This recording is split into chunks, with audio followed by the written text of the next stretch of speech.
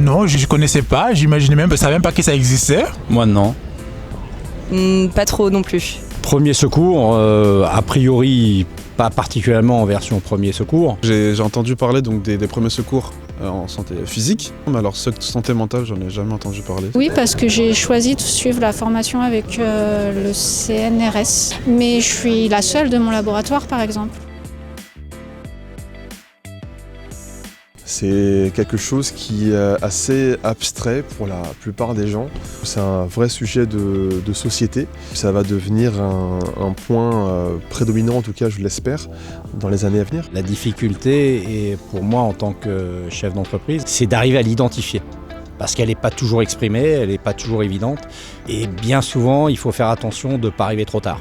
En école d'ingénieur, il y a certaines choses qui sont mises en place. Après, on peut toujours faire plus parce que quelqu'un qui va pas très bien, c'est pas forcément facile d'aller voir quelqu'un déjà, mais je sais pas trop comment on peut faire mieux. Nous, à la fac, c'est des sujets qui sont beaucoup abordés déjà par le SSU, donc le service de santé universitaire.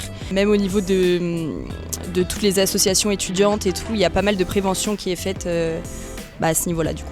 Moi aujourd'hui j'ai mon entreprise et je suis auto-entrepreneur et comme je suis tout seul c'est pareil, on a ce côté où on a un peu la solitude et pouvoir gérer en fait toute cette pression seul, parfois c'est un peu compliqué peut-être de se faire accompagner.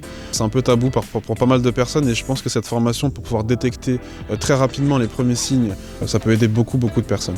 C'est des handicaps qui sont souvent invisibles et qui quand même génèrent beaucoup de souffrance. Donc c'est essentiel qu'il y ait des personnes qui viennent repérer ces signes pour prévenir tout ce qui est burn-out. L'essentiel c'est que les personnes trouvent de l'épanouissement dans leur travail et sur leur lieu de travail. J'encouragerais à ce qu'on suive cette ligne-là et qu'on propose de plus en plus de formations au personnel et aussi aux étudiants. Il ne faut pas oublier que tout ce qu'on fait pour faciliter la vie des personnes en situation de handicap, au final, ça bénéficie à tout le monde. Il faut le reconnaître.